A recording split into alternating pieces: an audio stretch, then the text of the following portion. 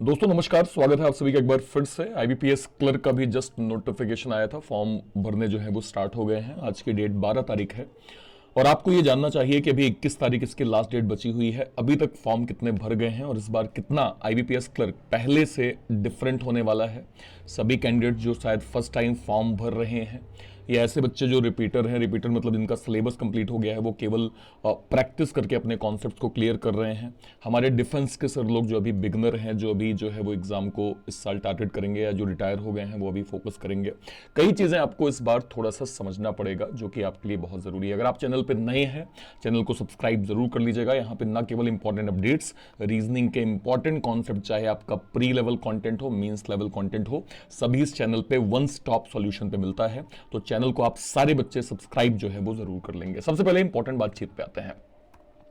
ये आपका वैकेंसी का ट्रेंड था। इस बार हमने 10,277 वैकेंसी देखी हैं। आप देख सकते हैं लास्ट ईयर 6,000 थी, उससे पहले 4,000 थी, उससे पहले 6,000 थी, 5,000 और फिर 2020 में 1,557 वैकेंसी। तो अच्छा खासा इस बार हमने वैकेंसी का बूम आईबीपीएस क्लर्क के अंदर देखा है। ठीक है, अब देखिए एलपीटी की मैं बात करूं। अब देखिए ये वैसे तो आया है एसबीआई क्लर्क के अंदर, बट मैं आपको आईबीपीएस में क्यों दिखा रहा हूं, आप इस चीज को समझिए कि ये फिलहाल बहुत इंपॉर्टेंट कंसर्न है। देखिए लैंग्वेज का कंसर्न 2022-23 में भी चल रहा था। आपने देखा होगा कि भाई हम एग्जाम चाहते हैं, जो एग्जाम का फॉर्मेट है, हम जिस स्टेट से बिलोंग करते हैं वहां की लैंग्वेज जो है वो होनी चाहिए। और अभी आप देख रहे हैं कि उस लैंग्वेज, अगर आप लेट सपोज गुजरात से फॉर्म भरते हैं तो आपके पास एक ऑप्शन होता है कि आप गुजराती लैंग्वेज में भी अपना एग्जाम दे सकते हैं।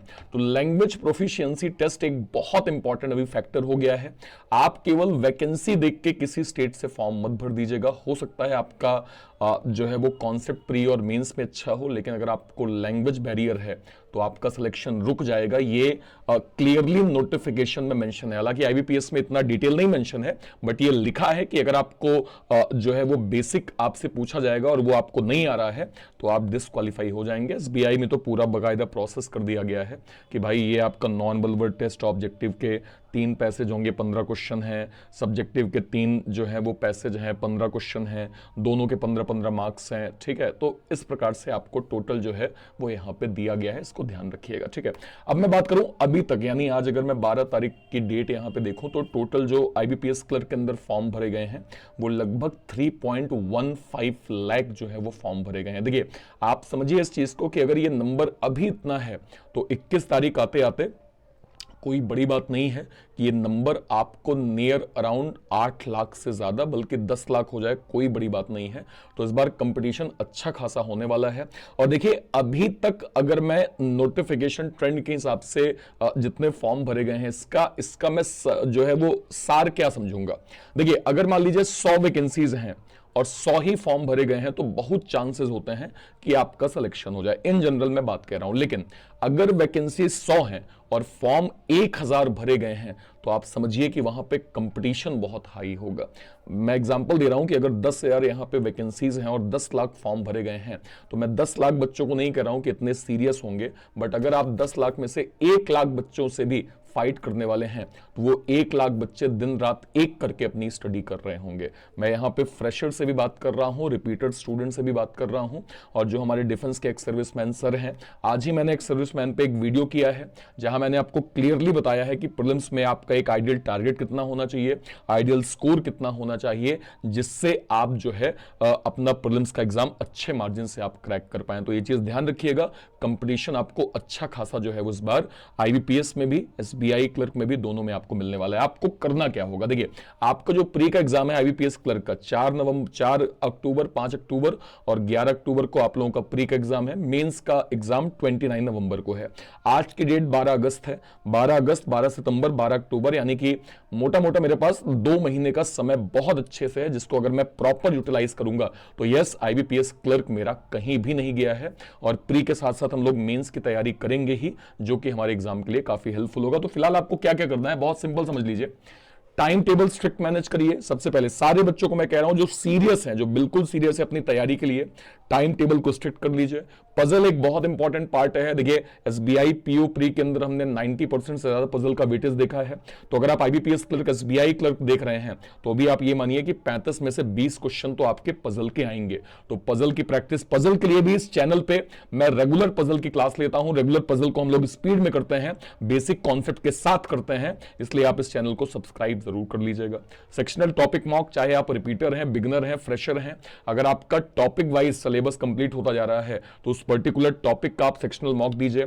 अपने मार्क्स को देखिए कितना आप जो है वो वेरी कर रहा है, कम ज्यादा, उसको आप लगातार एनालिसिस करके चीजों को बेटर करें। एक्यूरेसी पे आप थोड़ा सा फोकस करें। खैर ये पीओ लेवल एग्जाम नहीं है, अगर आप आईबीपीएस पीओ के एग्जाम की टारगेट कर रहे हैं तो वहां पे आपको चूंकि पैटर्न लेंदी मिलता है तो मेक श्योर करें कि वहां पे आपका परसेंटाइल बेटर होना चाहिए और एक्यूरेसी अच्छी होनी चाहिए।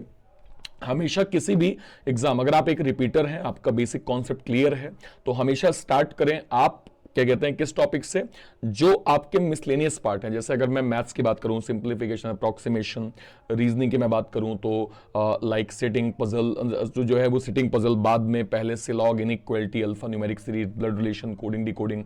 और अगर मैं इंग्लिश की बात करूं तो आरसी को आपको बाद में करना है, पहले जितने भी वो टॉपिक्स जो आपके लिए बेटर है कि आप इनमें स्कोर जो है वो बना सकते हैं, उन टॉपिक्स को हमेशा पहली प्रायोरिटी दीजिए। प्रीलिम्स का मॉक, अगर आप रिपीटर हैं तो आपको डेली एक देना चाहिए। अगर आप बिगनर हैं, अभी टॉपिक कंप्लीट कर रहे हैं, हफ्ते में 1 या 2 आप प्री के मॉक दे सकते हैं, लेकिन सेक्शनल मॉक आपको डेली एक जरूर देना है, जो कि आपका एक 100% टारगेट होना चाहिए। और मैथ्स के अंदर गेम चेंजर जो है वो स्पीड मैथ्स होता है, ये आपको बिल्कुल नहीं भूलना है आपके एग्जाम के रिगार्डिंग मैथ्स में, क्योंकि ये ना केवल प्री में काम आएगा, आपका जो कैलकुलेशन स्पीड है ना केवल प्री में काम आएगा, आपके मेंस में भी आपको काफी हेल्प करेगा। ठीक है, तो ये ओवरऑल अभी तक का डेटा है। आपको कोई डाउट होता है वीडियो के कमेंट सेक्शन में जरूर बताइएगा। मेक श्योर करें कि आप जो है वो सेक्शनल मॉक, अगर आप बिगिनर हैं तो जरूर देते जाएं, और अगर आप रिपीटर हैं तो एटलीस्ट ऑल्टरनेट डेज में एक मॉक देके उसको अच्छे से आप रिवाइज करना जो है वो प्रॉपर सीखें। ठीक है, और भी कोई डाउट होता है वीडियो के कमेंट सेक्शन में अपनी बात आप जरूर रखिएगा।